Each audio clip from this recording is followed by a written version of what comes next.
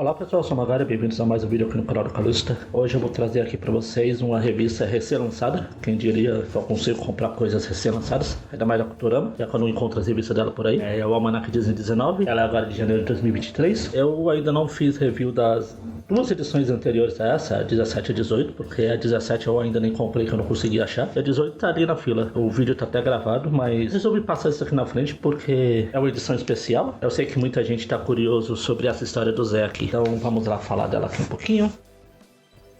Primeiro falar da capa, eu achei uma capa bem fabulosa. Já eu dou os créditos quando eu ler um monte de gente que está envolvida ali na edição. Mas o que eu achei legal, além de mostrar aqui tipo o crescimento do Zé, já que a história vai tratar disso, ele homenageia também a primeira capa da história inédita do Zé pela Culturama, saiu numa Aventuras Disney. Essa capa aqui que eu tô deixando aqui do lado, tem o Zé e ao fundo assim o Rio de Janeiro. Achei legal a homenagem. E a homenagem é o que não falta nessa história aqui, mas vamos lá falar dela aqui. Aqui é um jovem chamado Zé Carioca, mas antes, como eu falei, a arte da capa do Moacir Rodrigues Soares. E vamos ver aqui o argumento da história do Paulo Mafia, o roteiro do Jasso Luiz Teixeira e do Paulo Mafia também. Os desenhos é do Moacir Rodrigues Soares e o Irineu Soares Rodrigues. E a arte final do Ercílio de Mello. As letras é da Lília Mitsunaga, como faz tempo que eu não lembro de ver o nome dela assim, mas ela é uma letrista famosa desde a época da Abril, há 1 milhão de anos atrás aí. Muitos de vocês nem tinham nascido quando ela fazia as letras das revistas da Abril. E as cores do Fernando Ventura e do Tony Caputo. Enfim, a história aqui, não sei se eu falo uma nova versão, porque a quadrinho Disney não tem uma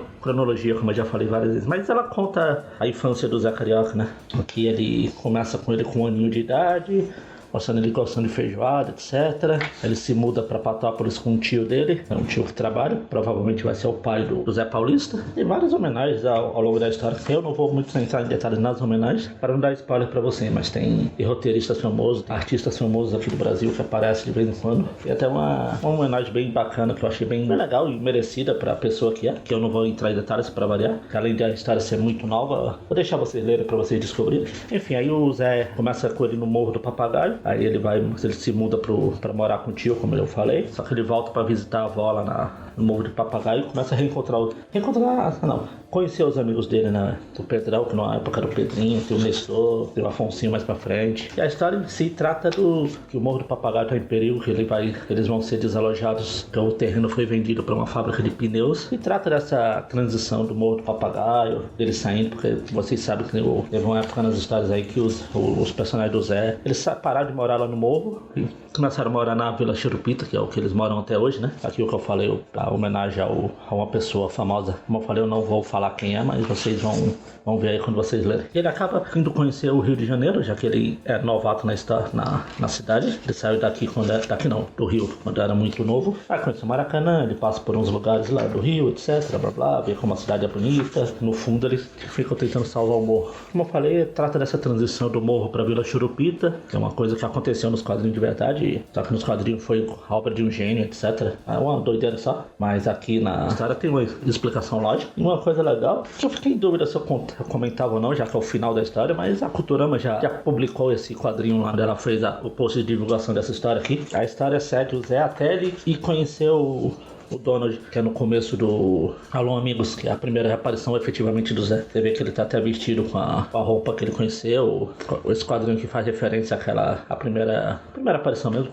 inclusive o Zé fala exatamente essa frase de cavaleiro, aqui está meu cartão. É uma coisa bem... Era pra ela ter saído na de novembro, as primeiras informações lá no ano passado. Só que deve ter atrasado, afinal é uma história longa, e acabou saindo agora em janeiro. E até por uma história longa, outra coisa também é que essa história, essa sim merecia sair num formato graphic novel, formato grande, capa dura, etc. Não aquela história meia boca lá que eles lançaram a história da viagem no tempo lá do Zé. Eles lançaram no final do ano passado. É uma história bem aleatória e não merece chamar de graphic novel. Essa daqui mereceria. Mas enfim.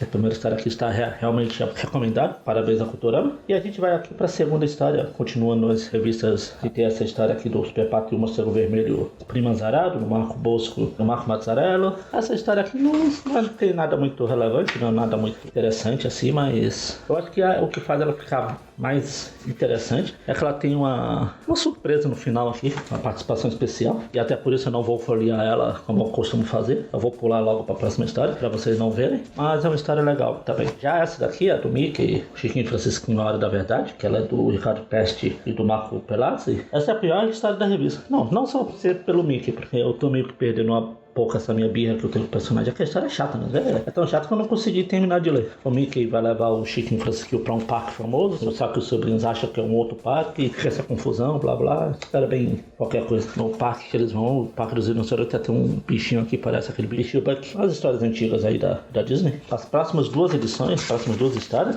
termina aqui com o Patinhas, o Rei do Klondike, do Marco Gervásio e do Stefano Zanke. Mostra o Tio Patinhas indo visitar o Klondike, reencontrando a Dora Cintilante. É uma história de nostalgia, de lembranças do passado, como já tiveram milhares e milhares. Só que ela tem várias referências a... Uma outra referência a histórias clássicas, tipo Em Busca do Ouro, O Último Pteranopardalus, etc. E o desenho do Stefano tá muito bom, é bem bonito mesmo.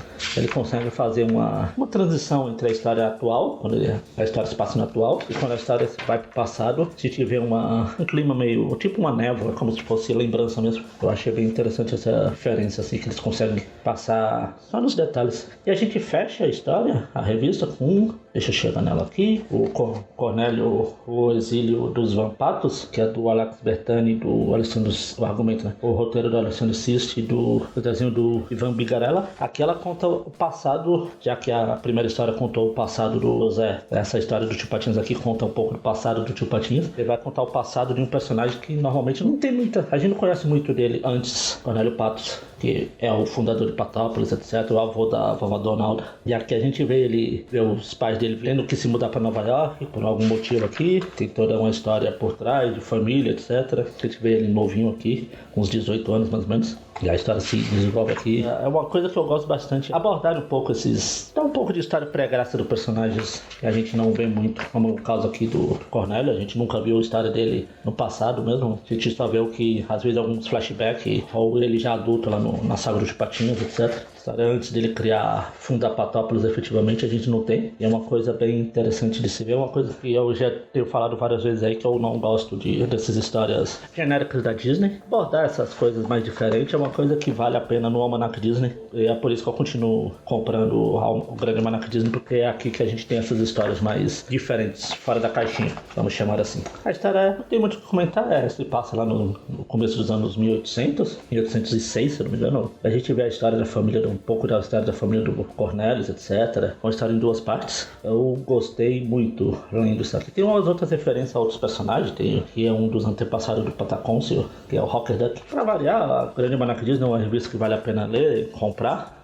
É uma coisa que eu sempre recomendo. Essa daqui, inclusive, está muito acima da média das revistas normais, até da Grande Almanac Disney. Tem essa ótima história do Zé, tem a história lá do Cornelius, que é muito boa também. E, enfim, é isso aqui. Essa foi a Grande Almanac Disney 19, que ela é de janeiro agora, de 2023. Tá recém-saída nas bancas, ou sei lá onde vocês conseguem comprar. Eu tive sorte de conseguir achar para comprar essa. E é isso. Se vocês gostaram, se inscreva no canal e até o próximo vídeo.